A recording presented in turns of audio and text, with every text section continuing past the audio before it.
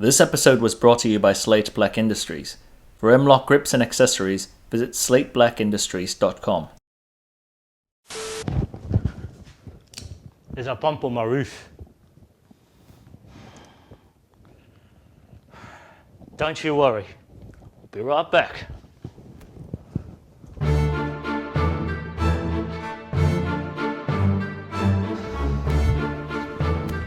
Okay, we're all clear. Welcome back to 9-Hole Reviews, guys.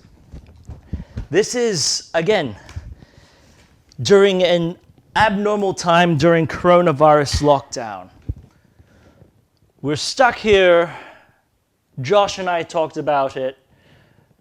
In 2014, I took this Jeep behind me to a beautiful place called Iceland and made some phenomenal memories, saw some beautiful scenery. And as everyone's locked down, we wanted to bring it to you guys. So this is a second of a 4-part series for Operation Viking Jeep. If you haven't seen the first one, we invite you to see the first one. See how the adventure began. But regardless, we appreciate you watching the channel. And without further ado, I hope you enjoy one of the fondest memories of my life. Operation Viking Jeep.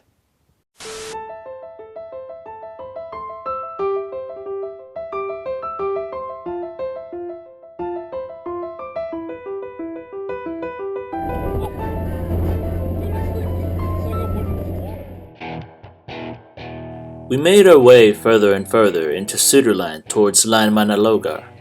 The terrain visibly changed as we ventured into Lakiland. When you see the fragile moss-covered lava fields, you'll know that you're in the southern region of Iceland.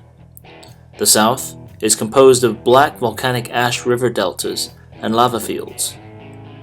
This alien-like surface is challenging to drive on, especially if you don't have 4-wheel drive.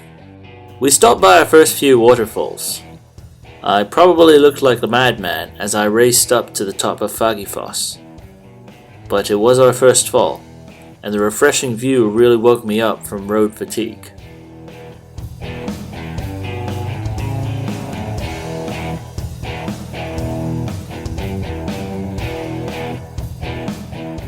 Axlarfoss was a different story.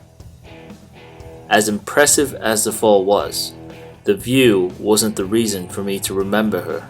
Moon landing? Yeah, moon landing would be appropriate, I think. Freaking moon. And I get the shit scared out of me.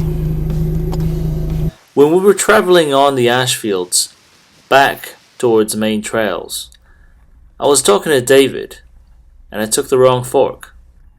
What I didn't see in front of me was a 1-foot deep trench.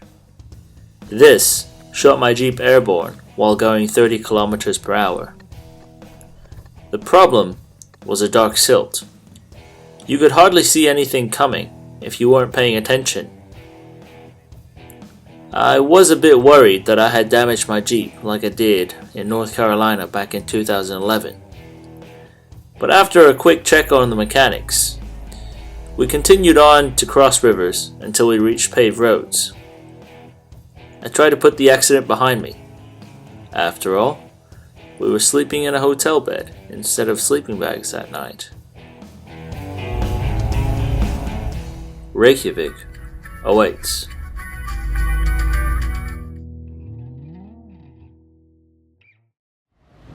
Early in the trip, when we disembarked on a Toshan port, we realized that our GPS's Western Europe map package did not include the Faroe Islands or Iceland. To add more flavor to the situation, Iceland was known for the lack of phone service.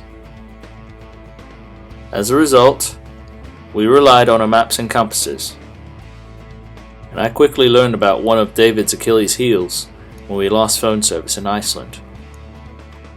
Dude, I didn't realize there was a freaking lake right here when we walked out. Dude, that's a fucking ocean. It's the ocean. It's like the big ocean, huh? Give me a break, man. The Vikings got fucking lost too, okay?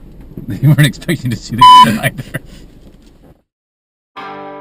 At the end of the long drive, we finally saw the iconic Hallgrímskirkja church, towering 73 meters over the capital city. At 64 degrees and 8 minutes north, Reykjavik is the world's northernmost capital.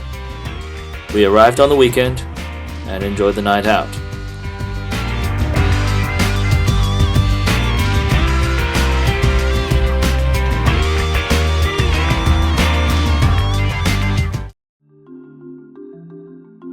We visited the Blue Lagoon, one of the most recognized geothermal spas in the world. The water here is kept at a comfortable 38 degrees centigrade, or 100 degrees Fahrenheit year-round. You'll notice the azure blue color as you approach the spa. This is from the mineral-rich groundwater. The white silica found in the water is said to be therapeutic for people with skin conditions. We took this as an invitation to clean our camper's musk. We also noticed that the lagoon loves showing the image of attractive people applying silica to their bodies. We tried to help them with the adverts. Put the lotion on the skin. And it's in my eye. If it bleeds, we can kill it.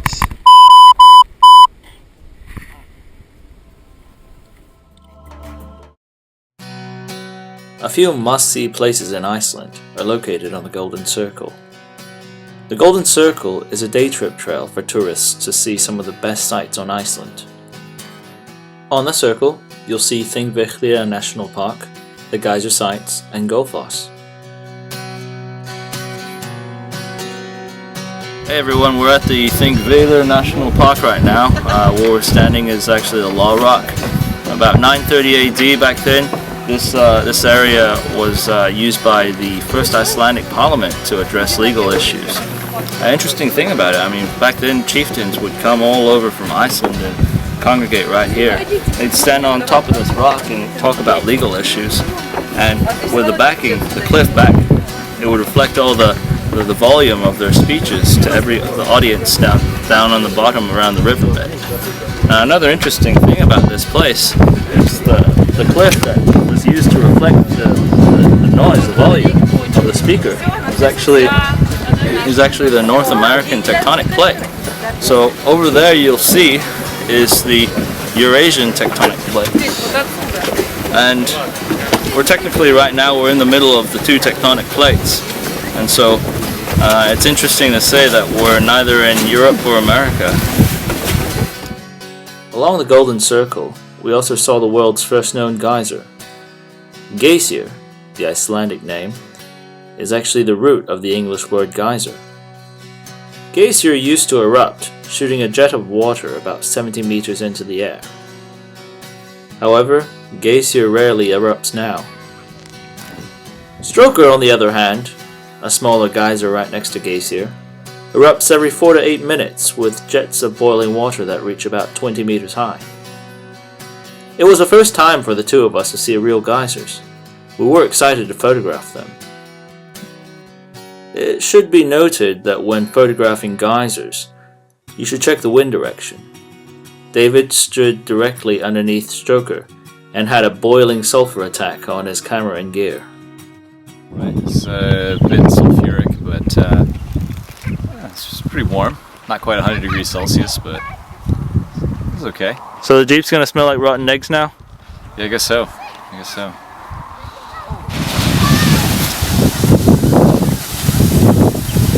There you go. That's the geyser.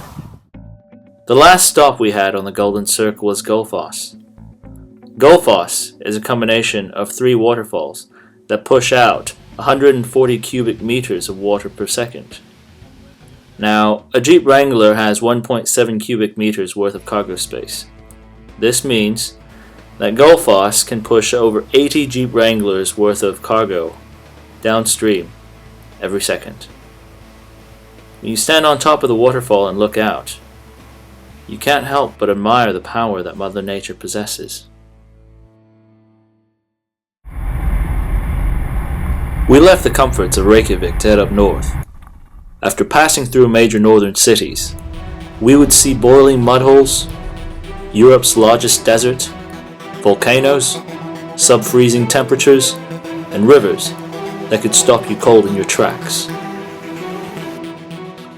The northern part of Iceland is sparsely populated. Once you leave the highway, The roads are thought of as paths for rescue teams to find you. My mother even called me when I was in Afghanistan, asking for me not to visit the north with my American vehicle. For the remaining 2 parts of our adventure, we enter what seems to be Mordor, together. Beware of the north.